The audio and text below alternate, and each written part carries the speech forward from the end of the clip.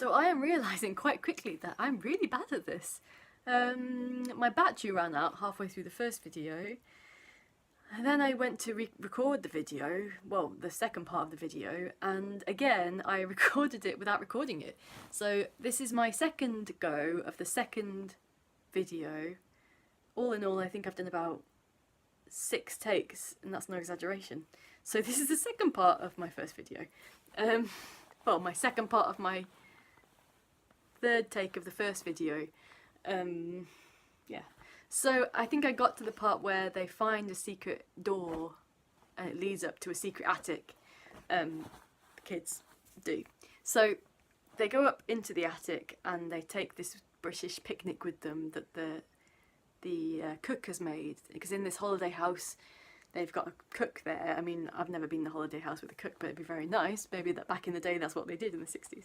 So they're very well fed children, obviously. So they go up with a picnic of scones and ginger beer, and they're tucking into the food because they're all starving because they've been being chased around by natives all day around the house. So they find this attic and they go up there, and one of the kids has an apple and he chucks the core away when he's done with it, and then the other kids say, oh, you better go and get the apple core because the rats will be after it otherwise. And he says, oh, well, he's probably the youngest one, so he gets a bit nervous. He says, oh no, not rats. So he goes after it, and in looking for the apple core in this dusty attic, he finds what he finds is an old manuscript.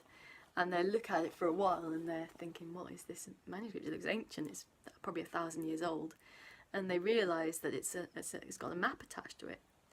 And so after that, the book really is about them looking for the treasure, which is marked by this map. And this might be a spoiler if you're going to read the book, so if you're going to read the book, maybe stop the video here or skip to the end.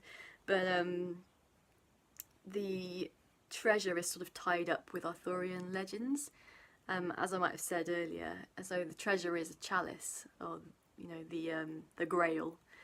I mean, it's a little bit cliched. That is the one thing I would say. If there's any criticism to be made, although it's a great book and it's written really well, I suppose it's a little cliched to have kids finding a trapdoor and then going after the Holy Grail with a treasure map. I mean, but it's fine. It works. It's a tried and tested plot line, so it works. So it's fine, and you kind of go along with it. And it's so well written that you don't really mind the odd cliche. So yeah. So while they're looking for the treasure around this, you know, town and around the cliffs and everything, their great uncle Merry, or Gomerry as they call him, is their sort of kid's name for their great uncle. But it's not really their great uncle. It's a family friend. He's off leading the baddies on a merry dance, trying to make him follow them instead of looking for the kids and looking for the treasure.